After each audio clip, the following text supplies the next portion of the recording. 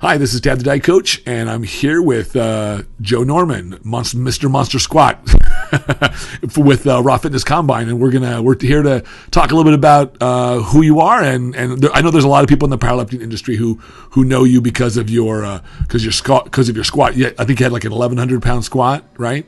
Yes.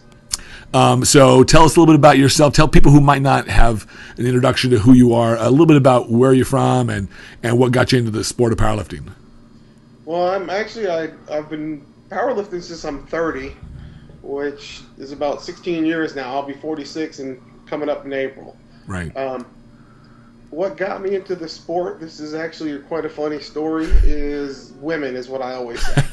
Of course. And it was to get away from them. Oh, okay. So it's the opposite of what bodybuilders get into the sport for. Yeah. Well, I actually worked out. I used to work out at Gold's Gym, and I had a partner who was a social butterfly.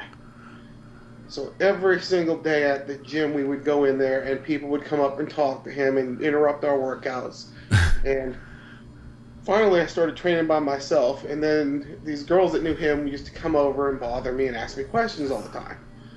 Well, I finally got fed up with it and tried to go in different hours when there was no one there. And this one guy was watching me deadlift once and said, you should get into powerlifting. So I looked around town, found Team Jags, and literally a month later, I was training with them at a different gym and started my career in powerlifting. Oh, well, and that was how many years ago? That was 1998. 1998. So you started late in the sport of powerlifting because you're 45, you said, right? 45, yeah. So I started when I was 30. 30, oh, wow. 30. Well, so having... do you think that's been an advantage to you, starting late, being able to maybe take a more intellectual approach or a different approach? Has it aided you in some way? I think it probably did a little bit. I think I was actually lucky, though, because of the team that I fell in with. I had some guys that have been training for 20 years before I started with them. Oh, wow. And going in there at 30, and actually, right now, I'm normally in a 242 or 275 weight class. I was actually 198. Really? How tall are you? I'm only 5'6". 5'6". Oh, so you're like me. I'm like 5'7". So you're, yeah. Yeah. Just gotten wider as the years go by. But hey, as long as the numbers keep going up, I don't care. That's right. Well, tell everybody a little bit about some of these highlights. I mean, I know you hit that 1,100 pound squat. Is that the highest you've hit?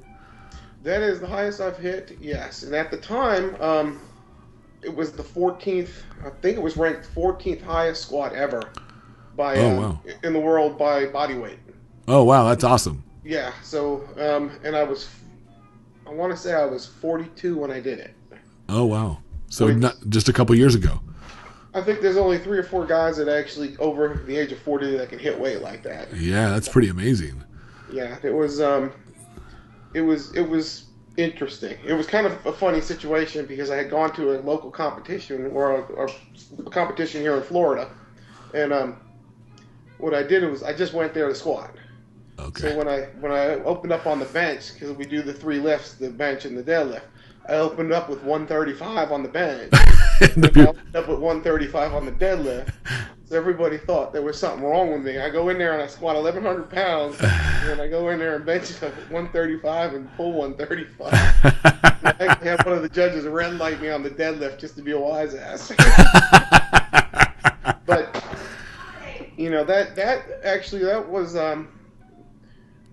that's one of my favorite moments, though. That competition. But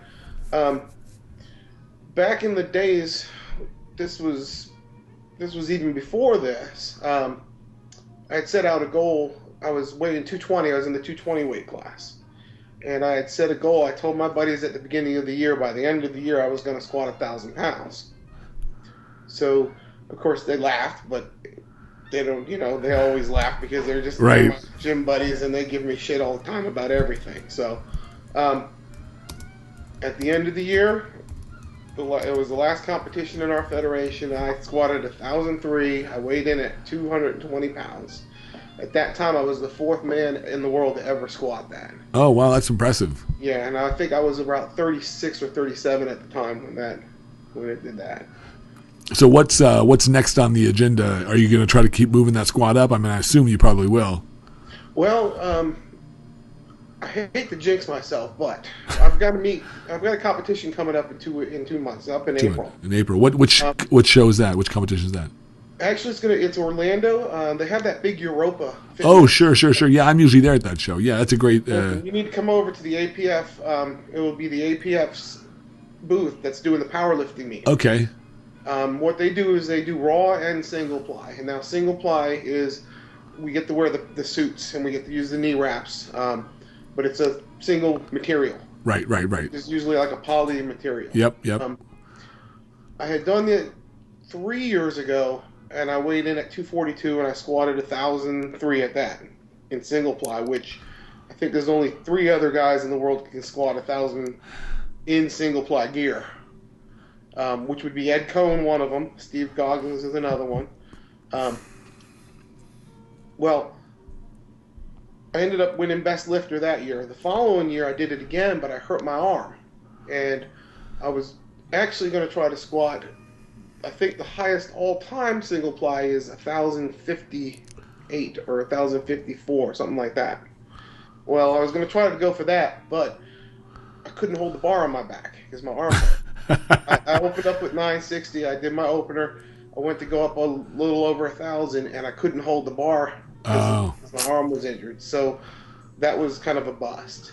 So I took the following year off, and then I actually hurt my knee training for a competition and ended up with surgery, not this December, but the December before. Right.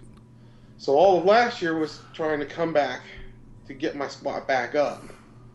So I concentrated on multiply equipment, which would be like canvas suits or 2-ply material or 2-ply poly. By the end of the year, after about 6 months of training after the surgery, I actually was able to hit the 1,003 again in the multiply. So what I've decided, because I'm getting up there in age and it's getting harder because things keep breaking, I gave myself 2 goals before my career is over. I want to squat 1,100 pounds in multiply again, and I want to squat over 1,000 in the single ply again. So I've been training for this competition, and the way the numbers are looking right now, this far out from the meet, I don't think I'm going to have a problem being able to reach that goal. And if I do that, and I'll knock on wood and don't jinx myself, I might try for 1,060 and go for the all time. Oh, that'd be awesome. Well, I'll definitely be rooting for you if I'm out there, and I'm pretty sure I will be. I'll come out and over see you. Yeah, you definitely have to come see it because it'll be sick. If something doesn't break. So what are you? What about the other lifts? Or how well have you done in like the bench and the deadlift? Just out of curiosity. Actually, I usually compete at the 242 or 275. At 242, my bench is actually comparable. Right. It's in the 600s. I've done 675. That's yeah. Missed 7 just by a hair. But it's about the same in the 275 weight class. Those guys are benching 800. Yeah. Where will you be at the show? You might have said, I don't recall. Where will you be at in Florida? Yeah, Orlando. Or I'm sorry, Orlando. Yeah, it's going to be. I believe it's going to be at the. It's the Europa Fitness Expo they have. Right. No, I guess what I mean is where do you think your weight will be at? Oh, my weight, body weight, or weights? Yeah, your body weight. Well, this is the funny thing. I normally train, and I'm normally weighing 250 to 255 when I train this far out from a meet. And then I'll diet down the last couple weeks and maybe dehydrate to make weight. I got on the scale yesterday. I was 244 last night. Oh. And which means I'm right at 242 right now. I've actually been eating better, and I cut sweet tea out of my diet, and I think that's just done it. If I can just stay at this weight, I'll be in at 242. Okay, perfect. Oh, that's good. But either way, now the problem is, once you do that, the powerlifting suits that you use at 275 don't fit you anymore. So right. So I'm looking to talk to some people about getting a sponsorship to get some new suits in before the competition. If not, I might just fatten up and push myself to 250 because I actually have the world record on the squat in both 242 and 275 weight classes. Okay. I imagine the 242 would be a little more competitive, but maybe not. It really depends on what federation and who shows up. Okay, right, yeah, sure. A lot of the guys have gone over to the multiply gear, and then there's a lot of lifters have gone to the Raw lately. Okay, which Raw has become really popular. But I would do Raw, but the problem with Raw is that my knees are just old. I need new wraps. I mean, I've had 2 knee injuries, and I just need that protection. So having said that, and I know, and being a masters bodybuilder and competitor, and being in the sport for 28, 29 years now, the body. You're right. The body does have a tendency to break. There's a lot more maintenance as you age in the sport. Any sport where you're lifting, where you're putting lots of load on the body, especially in powerlifting, where you're putting tremendous load on the body. What kind of training philosophy do you have today, as opposed to what some of the other guys might be doing? Is it different? Oh, it's majorly different. Normally, what I've done ever since I started powerlifting is we've got a two heavy, 2 light days, so 4 days a week. Okay. We do the max effort days on the bench, max effort on the squat. Then we'll do speed, which is what we call speed, which is a light effort, on the bench one day, and then light effort on the squat. Where on the heavy days we just go heavy. We do a lot of double, singles, triples down to singles. On the light days we do speed, which we do like 10 sets of 2 on the squat. So it's pretty much a West Side. So this is all year round. You have this kind of training philosophy? I do it all year round. But what I've come to realize is now when I start getting ready for a competition, and I'm going to drop the reps. Normally we'll try to stay in 3s, and we vary the exercises every week. What I will do now is I used to have a standard light day routine basically, but it was pretty hard because I would have what I normally do when we got new guys that want to join us is I take them to a local gym on a light day. Right. And if they can last one of my light days, we bring them over to you indoctrinate them into exactly, and they'll tell you, man, there's light days kicking my ass. You're like, wait till you get to the heavy days. when I go to a meet cycle, when I get ready to start for training for a meet, of course the reps are all cut down to singles. I start singles quicker on the exercise. Right. Squats normally we'll do triples, and we'll do triples down the doubles down to a single. Well, after warm-ups, it's singles only. And then I just hit singles and jump, single, all the way up. Now that's a lot of beating on the body. So a lot of guys, and I used to train with a lot of powerlifters when I was in college and graduate school and stuff. And I actually trained with one of my professors was Dr. Pat O'Shea, who was Olympic stream coach in the early 70s, and had lots of great conversations with him, and he was really big into Olympic lifting and powerlifting. And he was a big advocate, and I kind of still am today, of periodizing. So do you periodize your training? And it would be like a 12 to 20 kind of week periodization sort of style of training, where you're starting off high reps, doing volume training, working your way down to eventually triples and doubles and things like that. Well, yeah, but no. Okay. Or lots of reps for us are 5s. Or what? I'm sorry. Or 5s. Oh, 5s. 5 reps. That's it. But what we'll do is we'll do a week where we'll do, like I said, we switch the exercises, but we'll do try to do 5 sets of 5 or 3 sets of 5 right. one week. Then we might switch the exercise, or we'll stay with the same exercise and then go down to triples the next week and go a little heavier. Gotcha. Okay, so we kind of periodize a little bit, but not much. Not much, yeah. Well, traditionally it's more like for a couple of weeks you're doing, 18 to 20s, and then you go, then for 4 or so weeks you're dropping down to 15s, and then to 12s, and then to 8s, and then you're going down to 6s, and then triples and doubles and things like that. The way I like to look at it, I'm an actual computer programmer, so I'm kind of a number geek. Sure. This is how I like to look at it. I'm going to move so much metal in one day, in one workout. I don't care how I do it. Okay? So if I go in there, I do 5 sets of 5 at 200 pounds, I've moved 1,000 pounds. Or I do one single with 1,000 pounds, I've moved 1,000 pounds. Okay, right. So, and now the wear and tear on your body is different, because doing that one rep is going to shock the hell out of your nervous system. okay? But I compete. That's what I need to do. I need to do a 1 rep. So when I'm not getting ready for a meet, I'll do the 5s just to move the same amount of metal and maybe not go up so high in the weight, okay?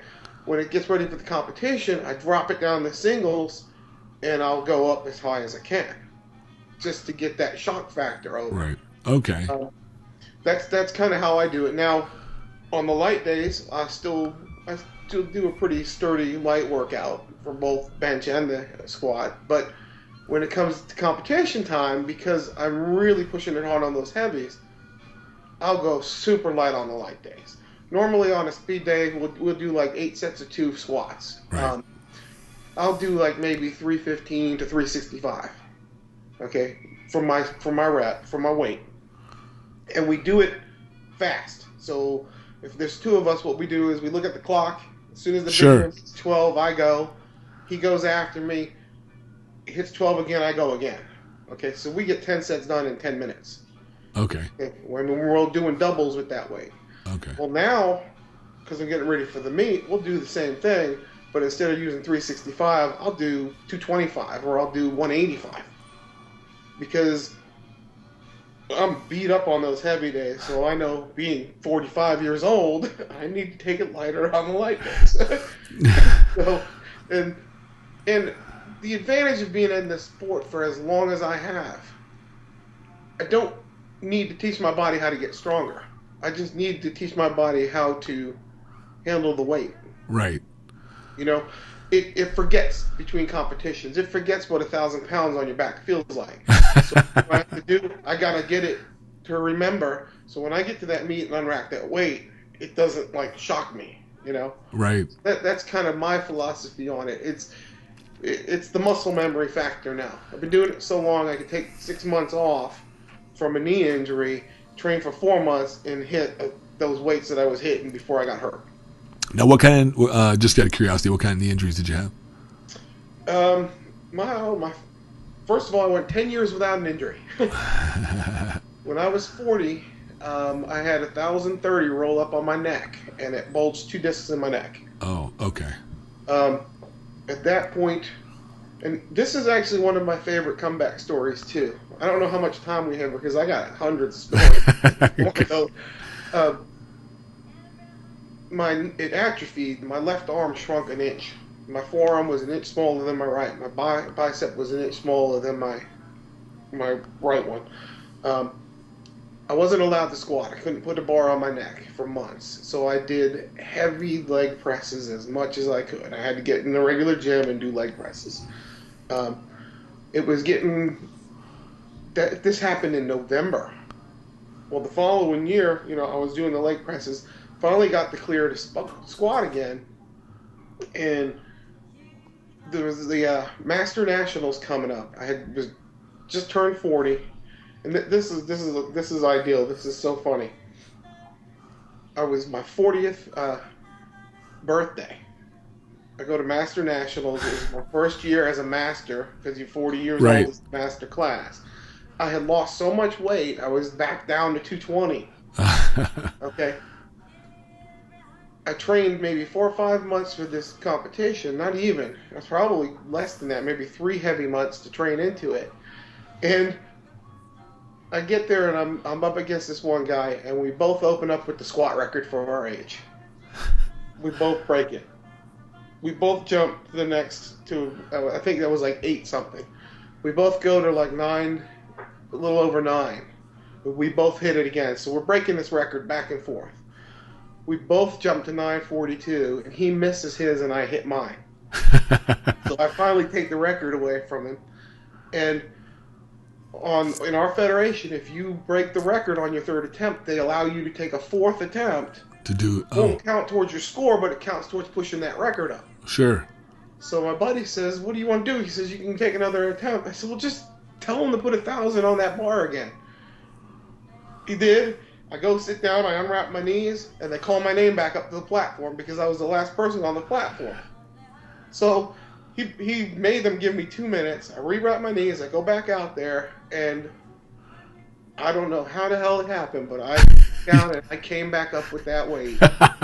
That was the second time I squatted 1,003 at a body weight of 220. I was 40 years old, coming off a neck injury. Nice. Well, that's a great like comeback story of sorts. On my birthday. On your birthday. Nice. Yes. I mean, it was wild. But then, that was my first injury. Then I was actually at a world competition and my knee buckled. Oh. Under my opener and you know, it's funny because it was 1,010, I think, is the weight, and I went down. They called me on depth, so I retook my attempt. So I tried to drive it down a little further, and got out of whack with it, and my knee buckled, and I went down. That I'm not even sure what year that was. That was the second injury. But was it very serious or? No, you know, I had a crushed meniscus and sprained ACL. Okay, so not no surgery. Okay, good. No surgery on that one. But see, all of this started happening after 40. Yeah, well, it doesn't get any better. Well, the problem was I was training like I was 20. Right. I was training like I was 30. You know. So how's that affected? Did that affect your training philosophy? Well, the last injury did. Yeah. Well, then the following that year, I came back with that. I got my squat back up. Then I was getting ready for another Master Nationals meet, and I pulled a calf muscle 3 weeks out from the meet. So I decided to do the meet anyway. Well, something was out of whack on my squat, and I ended up blowing out my shoulder. Huh, strange. Coming up on the squat, I was pushing so hard with my shoulders that I blew out my left shoulder. That required surgery. So that was another 6 months or so of rehab. I come back from that. I have the best meet of my life after that. I benched the best bench. You're like the poster boy for the comeback kid stories. I'm gonna tell you why. I'm telling you all these injuries and what happens. This is what happens when you get older. Then I was getting ready for Worlds, and this was not last year, but the year before. And I was squatting, and I was doing good. My buddy said, "You look great." I went to unrack 900 pounds, and my right knee buckled. Unracking the weight, I dropped to the floor. I couldn't walk for a whole week. Oh, wow. I had trained so hard for Worlds, and I already had the plane ticket in Las Vegas. I was not going. So I didn't do any more squats until the competition. I wrapped my knee up as solid as I could with the knee wrap, and I opened up with like 860 pounds, and then didn't take a second and third attempt. After the competition, I got back to Florida and had the MRI done, and at the time, I hurt my knee. It was 2 months before the competition, and at the time of the MRI, it showed that I had type 2 sprain throughout every tendon and ligament, plus a torn meniscus. And that was surgery. That was surgery. Well, you know, like we were talking about before we started, your body's got a shelf life, and you're just a matter of time under pressure. It's like diamonds. It's like time under pressure.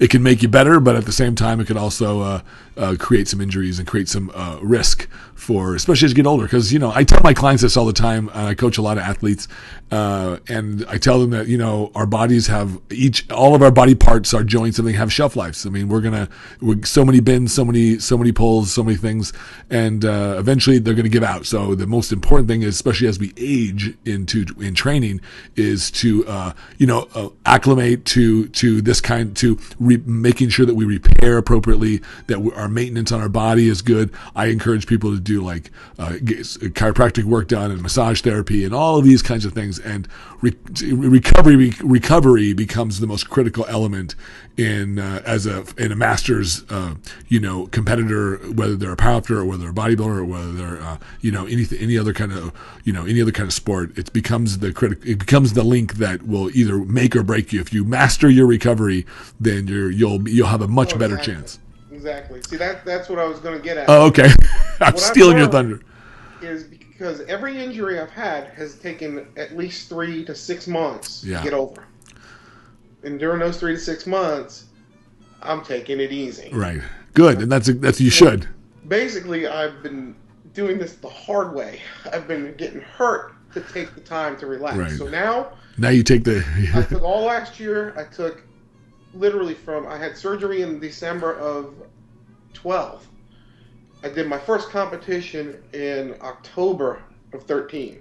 So I took 11 months to get over knee surgery, and I had one of my best meets ever. That's still pretty amazing, though. I mean, just to go from a knee, Well, that's that muscle memory. Like I said, I've gotten it so drilled into my. It doesn't take long to get it back, but it takes long to get that to recover. So I'm decided now it's time. If I used to hit it really hard every week going into these competitions. So now I do these really heavy weeks, and then the next week I'll do reps. Right. Okay. I'll do triples with a light, like a 60% of the weight. So I'm curious, how does I know you are an oxygen factor athlete, so you like the canned oxygen. I love it. Oh yeah. How have you used that in your training and at your meets? How has that impacted? Because it's most people would say if they understand what the idea behind 98% compressed oxygen, super saturating your blood with oxygen really is more on the surface. It sounds like it's a lot more beneficial for athletes who are more aerobic in nature, like marathoners or people who need lots of oxygen delivery, and not so much for these like highly intense, short duration kind of movements like in powerlifting. But tell me how it's affected you and what kind of response you've gotten. When I first started it, I was taking it like they suggested. You do your this many puffs before this, right? Or whatever, right? I've come to realize how to use it for powerlifting. Okay, tell us. I go through a can of workout. Oh wow! How do you now? Tell me what protocol do you use for it? Well, my protocol is my own protocol. Yeah. Tell me what it is. I will do 15 to 20 puffs right away before I start warming up, and then I will do 5 before every set and 5 after every heavy set. Right. I'll get through the warm. I'll do like 20, and then I'll go through the warm up sets. Halfway through the warm up sets, I'll take another 10 or 15. At the end of the warm up sets, when I'm starting to hit the real heavy sets, I'll do 5 immediately before I lift, and I'll do 5 right after I lift. As soon as I unrack it and unwrap my knees, I do bang, yeah. And I'll tell you what. This week I did chain squats, and I went up to the last 3 sets. It was 900. With all the chains, it was like we use like 370 pounds of chains, but the total weight bar and chains was 900. Then I went 970. Then I went 1010. I don't feel like I did the 970 or 900 when I get to that 1010 because that oxygen. I don't know how it just keeps you where you don't feel like you did the last set. Yeah, and when you're a powerlifter, that's important. That's all mental right there. Absolutely, yeah. I mean, I used to, like I said, when I used to train in college with a lot of powerlifters. There was some pretty big time powerlifters in Salem, Oregon, back in the late '80s, early '90s, and stuff. And as a matter of fact, Doyle Kennedy had a key gym in Salem. I knew lots of guys that would train, but I don't know if you know who Doyle Kennedy is. He was the first guy to hit 903 in the deadlift. Big guy, 5'7", 300 and something pounds, burly beard, looks like a big mountain man, kind of a lumberjack kind of guy. Every one of my friends. Yeah, I know. But he used to have this key gym where only, only powerlifters train there pretty much, and he had to know you and that kind of thing, and you got a key to go in, and he'd have a group of guys that he would train with, and they would all tell me the same stories, and basically he had a giant rack, for a platform with the squat rack in there, and it was with the freestanding pedestals, not like the racks. I grew up on those. That's right, and chalk everywhere, totally old school, a great dungeon kind of a atmosphere. But he would go in there, and there was a giant couch that was right behind that rack with a giant oxygen tank that was sitting there and after a set he would hit like 1 or 2 reps, bang, collapse on that couch for 5 to 10 minutes, sucking on this oxygen. And so anybody who says you don't need oxygen that it doesn't have, it certainly does, because I use my oxygen when I use it. I use it very similar to how you use it. I take 5, 6, 7, maybe 10 puffs of it before I start my workout, and then for the first half of my workout, I'm taking 2 or 3 puffs after every set. So I'll go through a can probably every 2 workouts, but still, it's like it works wonders. I get the same kind of feeling like I could hit a heavy set, and I don't like feeling out of breath so much, because all this, the more muscle you have, the bigger you are, the more oxygen your body's gonna require, and so doing a heavy set really taxes you. And you just, people don't realize how much oxygen that really requires to burn all that sugar, burn all that energy that you're exhausting during that set. So, well, what I try to tell the new guys, and I've had this happen to one of my guys, is if you don't squat heavy or your heaviest until you are out of breath. Right. When you come up from your heaviest squat. Now, I remember when I first put 1100 on my back, I swear to God, I thought every tendon in my knee and my legs, I thought my quads were going to snap, just holding that weight. And when I went down and came up with it and racked it, it was like somebody had elbowed me in the stomach. I was like out of breath. Oh, sure, I imagine, yeah. Now, this is before oxygen O2 factor, okay? Right. But today, I still pushed myself to that point, but I hit those 5 things of oxygen before, and I'll be panting after one of those sets, and I'll hit it while I'm panting, and 5 or 10 minutes later, I'm ready to go. Yeah. I don't feel like I got hit by a car. And the next day, I'm not sore. I don't know what. I just don't feel sore. I have a little aches and pains here and there, but I don't feel like normally when you do a full meet, especially full powerlifting meet, the next day you feel like you got hit by a car. Yeah, I bet. Same way with a heavy squat workout, especially if you're. Oh, I'm knocked out for the day. I mean, like I hit a heavy leg routine and boom, I'm done for the day. Well, the next day, what I'll end up doing is, like I said, at the end of that workout, I'll take 15 more right at the end of that squat workout. That's why I go through a whole can in one squat workout. Good. I hope Craig is listening to this because they can send me more. Well, what I'm just curious, what other kind of, from your perspective as a masters competitor, but also as just a powerlifter, a world-class powerlifter, what is your sort of key supplements that you make sure you always include in your regime, aside from the oxygen factor? What are some of the other things that you think have been really helpful for you these days and also moving forward? Well, quite honestly, I don't take any other. You're not one of the. I just eat. I've cleaned my diet up. I know you said you stopped drinking the sweet tea. That was. I think that's what was keeping me at 250, 260. It was the sweet tea. So for the last, for 1 month now, I've stopped and I've gone down to 242. I've weighed 242 in the morning. So if I can stay this way, I'm not going to have to lose weight for this competition. But what I tend to do is I just eat a lot of protein. I eat a lot of meat. I'll eat chicken and rice almost every night if I can. So you don't do anything like creatine or anything? Nope. No, oh, really? No, I don't do the creatine. I don't do anything. I don't need. I did years ago, but creatine would give me headaches after a while. Oh, really? Okay. I don't feel bloated or something. But, sure. I just figured if I eat when I'm hungry, and I eat the right stuff, then it seems to work out. So, just out of curiosity, how much are you eating there? What kind of calorie consumption do you have during the day when you're training for a meet like this? Hey, kitty. It's one of my monster cats here. Oh yeah. Well, I really don't even know. I couldn't even. Okay.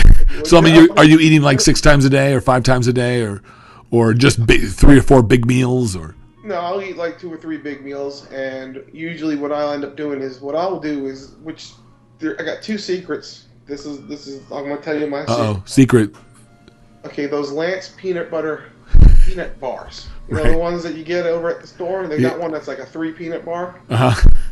I will grab one of those, and I'll grab a 5-hour energy on the way to a heavy squat workout. Oh, you're like my wife. She's got that 5-hour energy. She got like boxes of it.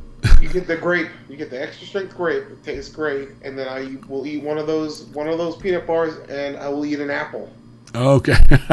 An apple and one of those peanut bars and one of those things before squat workouts. Now, my guys get on my case about this, but with my best bench workouts, I eat those hot tamale candies. Oh, I love those, man. Don't talk to me about those. I'll get a box of those, and I will eat those. I will eat like a granola bar, so I usually eat something like that, something like with sugar and some honey or something like that before I get to the workout. Right, that makes sense. But as far as regular meals are concerned, I'll eat whatever I want. If I know I've got a heavy day, I will eat the pasta the night before. Right. I don't usually eat pasta all the time, but I will. But most of the time, I just stick to chicken and beef and pork or something. Barbecue a lot. Love the barbecue. Oh yeah, well that's good stuff. Yeah, but I cut out the fries, cut out the toast. They've got like a Bono's down here. They have a thing called Brunswick stew. Okay. Which is kind of like it's basically it's just like a stew. They just put all the leftover meat in it, and it's got some vegetables in there. I will do that, the beans and the beef or something. That's pretty much what I do. Oh well, keep it simple, I guess. And that if it works for you, I mean, the proof is in the pudding. You're hitting 1,100-pound squats, so that's proof is in the pudding. Now speaking of squats again, I know that you have an ebook out. So tell everybody a little bit about that because I had never heard about it. So tell us a little bit about that. Well, it was about 2.5 years ago. I decided I wanted to write something. So I sat down and I figured, the one thing I know best is how to squat. So I wrote a book, and it's actually I've got a paperback and an ebook. The paperback's called Monster Squat, right? Monster Squat, yes. Yeah, and the ebook is called. Well, both of them are Monster Squat. Oh, Monster. Okay. I thought they might have different names.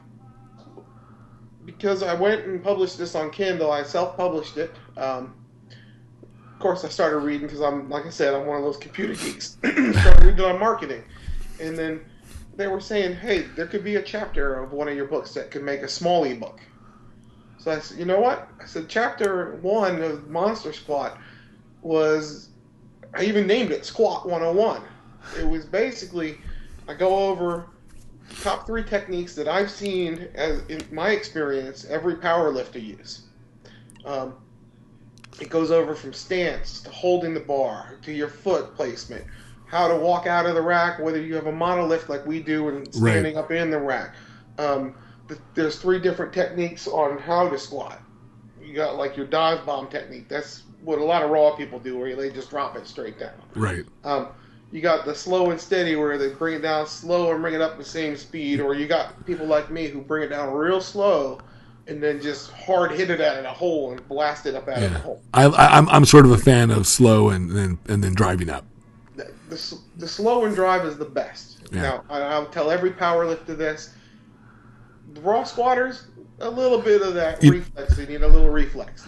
Well, and I had many conversations with Dr. O'Shea about this, and he was big on the squat. He was we talked a lot about technique, and he educated me on some of the biomechanics of what happens in the squat. And actually, I don't know if you know this or not. You may know this, but when you come down slow, you actually have a higher potential for coming up with more intensity because you have to. There's so much recovery, especially if you got like 900, 1,000 pounds on your back and you're dropping fast. There's a lot of recovery at the bottom at the hole. Yeah. So you can't. I mean, so you have to be so much stronger to be able to recover at the bottom. Stop that weight, and it doesn't seem like much to a lot of people looking on, but it's a lot. Those fibers are stressed. This is what I tell our new guys, and actually we have a girl that just started training with us last week, and I was working with her on this. And she does that dive bomb. She drops it down quick and bounces it back up. 2 things that I see now: the raw people, they can get away with this. This is the people who don't lift with powerlifting suits because the flexibility in their muscles, and it's a lot of the younger people can do this. If I did that, I would be. You'd be in the hospital again. What I told her was this: I said, start slowing it down a little. You can bring it down fast, but you have to control it down. You can't just let it drop. And I said, think about somebody who's going to punch you. The speed of their hand coming at you is going to determine how hard it's going to hit. I said, this is just pure physics. You learn this stuff in high school. Mass times acceleration. Pounds dropping at 20 miles an hour or 10 miles an hour. What's going to be easier to turn that weight around in the bottom? Well, yeah, I mean, you look at the physics equation of power. It's mass times acceleration. So you need a lot more power when that weight is accelerating down. Because you got to stop it. You got to stop it before you can turn it around. That's right. So if you can stop less, then you can use more energy to turn it around and come up quick. Now, I think you've watched my videos. That's how I actually every single. I even do my slow days and my speed days. If I'm with a bar, I bring it down like it's 1,000 pounds. That's okay. I mean, it's good. I don't think you should change your technique based on the weight. So, this was all, I put all of this in the book. And like Oh, I said, good. this is all chapter 1. And people can find this book, these two, the ebook and your paperback, on Amazon or. Yes, or they can go to monstersquat.com and there's a page there that will get them any link to any, if they want it. It's on Apple as well. It's on iPad. I got it. I did everything. It's on Nook. Okay, cool. And Google Play even, I believe. But well, the second book, like I said, what I did is I took chapter 1 out and created an ebook and started marketing that called Squat Like a Powerlifter. Right. Now that they can get right now if they sign up for the Raw Fitness site. Oh, yeah. If they sign up for the newsletter, they can get that for free. I've actually worked out where anybody who signs up for their newsletter will get that for free. Okay, cool. That was more of an advertisement for the big book. Right. But it'll still have some really educational things for people, especially who are just starting out, who want to approach their squat the appropriate way and be able to have some good guidelines. So that's good. That's excellent. Yeah, I've actually gotten some pretty good reviews on Amazon for it, but right now I took it off sale because I'm letting them give it away for free. Right. But there were most of the reviews I've gotten on that book, which was, like I said, the chapter 1 of the big book, were not powerlifters, but were bodybuilders and CrossFit people. Right. Were they just said just changing a couple of things. Their technique of what I put in there has helped them immensely. So. Oh, well, good. Well, and speaking of which, and I know we have to wrap this up here. I don't want this to be too much longer, but I did want to ask you your opinions about since how you're giving this ebook away to all the Raw Fitness Combine, give me your 2 cents on the Raw Fitness Combine concept, since how you're sort of integrated into this a little bit. I think it's a good concept. It's I like the idea of people being able to compete, and without really, not everybody wants to be a powerlifter. Not everybody wants to be a bodybuilder. Not everybody wants to be, a physique athlete, but they definitely want to challenge themselves. They want to look better. They want to feel better. They want to be stronger. They want to be healthier. And I kind of feel personally, I don't know how you feel, but kind of feel that that the Raw Fitness Combine concept gives people an outlet to challenge themselves and to push themselves to push their bodies to places that they wouldn't probably go. Well, this is my opinion on it. Not everybody can go into powerlifting, okay? Because it is very intense and it's very you got to be very dedicated to do this. Right. And you got to have the right ego and mindset, because no matter how strong you are, there's someone stronger than you. Yeah, that's always the case. So you've got to work hard all the time, and it's hard to get into this competition. It's hard to get where you can get to a level where I'm at, and it takes a long time. Sites like this allows anybody out there to compete. Right. Okay? And it doesn't matter what your fitness level is. You can just get on this site. You're competing against other people that are at your level. Some might be better, but for the most part, you're all going to be on the same level, so everyone has a chance to. Yeah, and I think that for the long term, that you're really competing against yourself. I mean, you're competing against other people who are at your same sort of competency, but you don't. And so, but as people participate in the Raw Fitness Combine, doing competitions and doing these online competitions and things like that, it definitely gives this avenue to be able to show your progress, to show some of the things that you've been able to accomplish, and also, quite frankly, to motivate yourself, because that's half of what this industry is all about is self-motivation, trying to motivate yourself to get in. On top of that, you're meeting new people. Absolutely, yes. Okay, and you're meeting people that aren't even in the same city or the same gym. Yeah. So I mean, I've done this sport, and I've been to. The only time I've ever traveled in my life was to powerlifting. Oh, is that right? I've been to Texas, I've been to Detroit, I've been to Chicago, I've been pretty much everywhere, Las Vegas, all for these meets, and I've got friends in every state that powerlifts that contact me.